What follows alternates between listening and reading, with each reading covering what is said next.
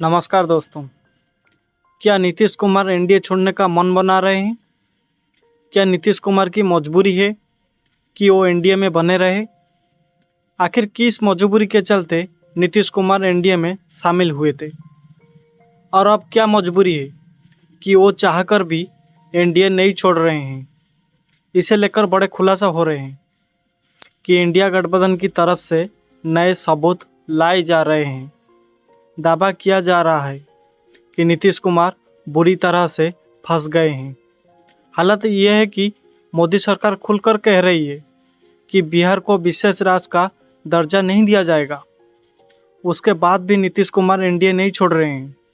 तो आखिर किस मजबूरी में बीजेपी के साथ गठबंधन में रहने को मजबूर है नीतीश कुमार?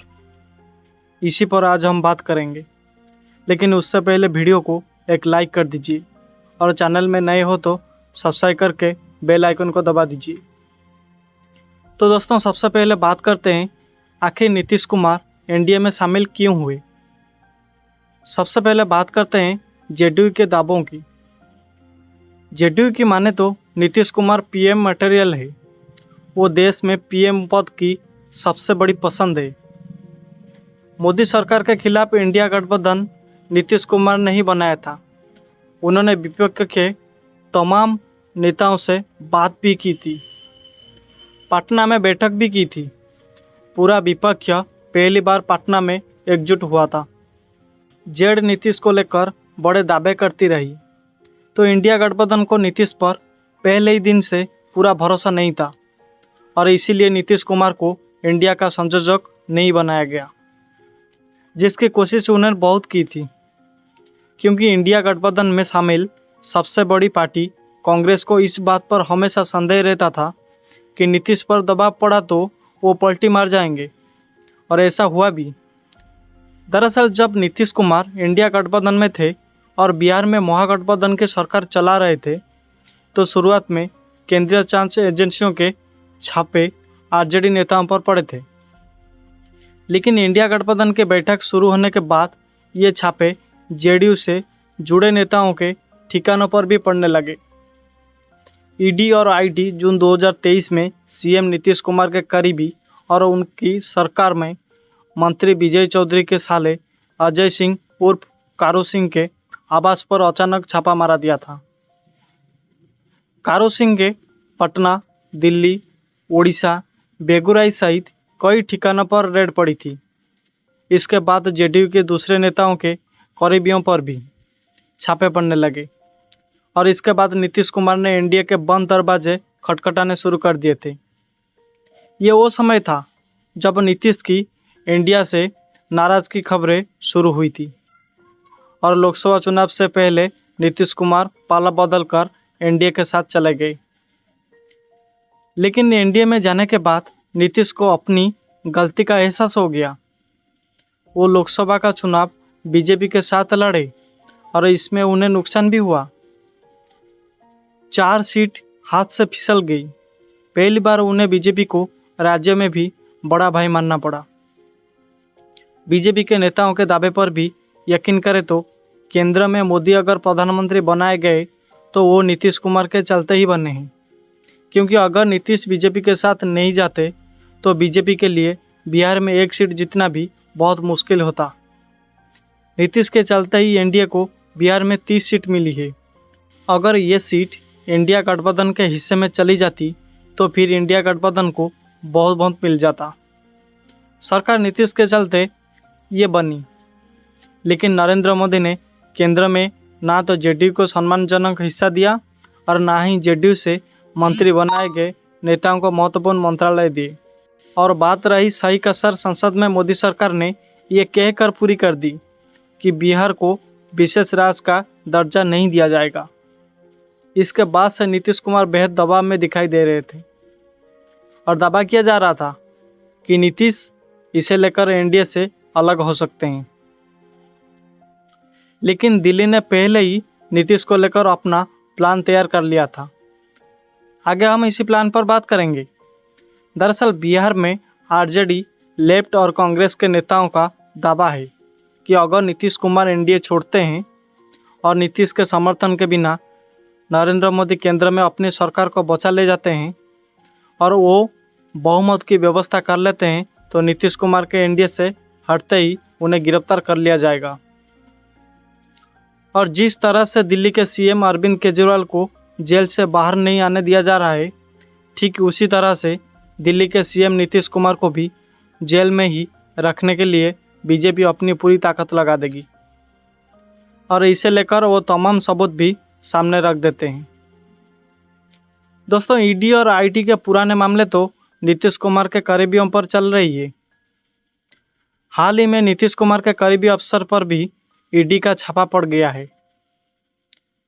जांच की सुई नीतीश कुमार की तरफ भी मुड़ सकती है और अगर ऐसा हुआ तो नीतीश कुमार और जेडीयू दोनों के लिए मुश्किल बढ़ जाएगी। विपक्ष का दावा है कि ईडी की रडार में नीतीश कुमार के कई करीबी अफसर आ चुके हैं और इसी के चलते उन्होंने विशेष राज के दर्जा पर पूरी तरीके से सरेंडर कर दिया है। दरअसल ईडी की टीम बिहार में ऊर्जा विभाग के प्रधान सचिव संजीव हंस के ठिकानों पर छापेमारी कर चुकी है। संजीव हंस नीतीश कुमार के करीबी अधिकारी बताए जाते हैं।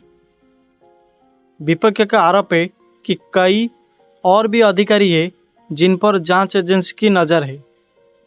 इन्हीं अधिकारियों से अपने रिश्ते को लेकर विपक्ष के मुताबिक नीतीश कुमार अब दबाव में आने लगे हैं। ऐसे में विपक्ष का दावा है कि नीतीश कुमार के करीबियों पर पहले ही छापेमारी कर बीजेपी ने संकेत दे दिए थे कि अगर नीतीश कुमार एनडीए छोड़ने का फैसला करते हैं तो फिर उनके खिलाफ भी कार्रवाई की जाएगी और इसी के चलते अब नीतीश कुमार की मजबूरी बन गई है कि वो बीजेपी के साथ बने रहे। नीतीश उसी सूरत में ही बीजेपी का साथ छोड़ेंगे जब जेडीयू के हटते ही मोदी सरकार भी चली जाए। यानी कि नीतीश इस समय बेहद मजबूर स्थिति में है और उनकी मजबूरी है कि वो बीजेपी के साथ बने रहे। आरजेडी विधायक मुकेश रोशन का दावा है कि बीजेपी बिहार के सीएम को ब्लैकमेल कर रही है। केंद्र सरकार की तरफ से नीतीश कुमार पर दबाव बनाया जा रहा है। नीतीश को डराने के लिए संजीव हंस जैसे अफसर केंद्र के टारगेट पर आ गए हैं। आरजेडी विधायक ने कहा कि बीजेपी अच्छी तरह से जानती है कि नीतीश कुमार दिल्ली में मुश्किल पैदा करेंगे क्योंकि बिहार की राजनीति में खुद को साबित करने के लिए नीतीश का स्टैंड लेना पड़ेगा, लेकिन वो ऐसा ना कर सके। इसीलिए संजीव हंस पर ईडी ने छापेमारी की है। नीतीश जिस दिन अडंग बीजेपी जेल में डाल देगी, इसीलिए वो पीछे हट रहे हैं। दूसरी तरफ कांग्रेस विधायक संजय तिवारी ने कहा है कि बीजेपी नीतीश कुमार के ब्लैकमेल कर रही है। कभी संजीव हंस के यहाँ तो कभी कहीं ईडी को भेजकर प्रेशर में रखना चाहते हैं। आपको ये भी बता दें कि संजीव हंस अब भी जेडीयू के मंत्री के मंत्रालय में सचिव है और पहले वो रामविलास पासवान के प्रधान सचिव रह चुके हैं। तभी ये भी कहा जा रहा है कि केंद्रीय एजेंसी को उनकी पड़ताल से कुछ ऐसी चीज़ें मिल सकती है जिससे जेडीयू और सरकार पर भी दबाव बना सकता है। ऐसे में सवाल उठ रहे हैं कि क्या सच में नीतीश कुमार को जेल जाने का डर लग रहा है? इसीलिए जिस मुद्दे को लेकर वो पिछले 20 साल से केंद्र से लड़ रहे हैं, उस मुद्दे को उन्होंने एक झटके से ठंडे बस्ते में डाल दिया है। इससे पहले जब 2015 में केंद्र सरकार की तरफ से बिहार को भारी भरकम पैकेज दिया गया था, करीब 5 लाख करोड़ रुपए का पैकेज बिहार को दिया गया था, तो उस समय नीतीश कुमार जो महागठबंधन में थे, बिहार के सीएम थे, तब उन्होंने कहा था कि पैकेज नहीं हमको चाहिए, हमें विशेष राज्य का दर्जा चाहिए। और आज जब बिहार को सिर्फ 58,000 करोड़ की योजनाएं मिली है तो नीतीश कुमार इसे विशेष पैकेज बता रहे हैं।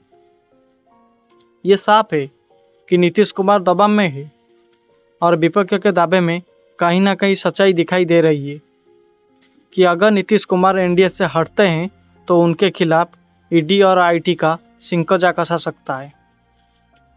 संजीव हंस ही नहीं बल्कि नीतीश के दूसरे करीबियों पर भी छापेमारी हो सकती है और हाल ही में महाराष्ट्र के पूर्व गृह मंत्री अनिल देशमुख ने जो बयान दिया है कि उन्हें पहले फर्जी मामले में गिरफ्तार किया गया था और उन पर दबाव बनाया जा रहा है कि वो शरद पवार और उद्धव ठाकुर के खिलाफ बयान दे।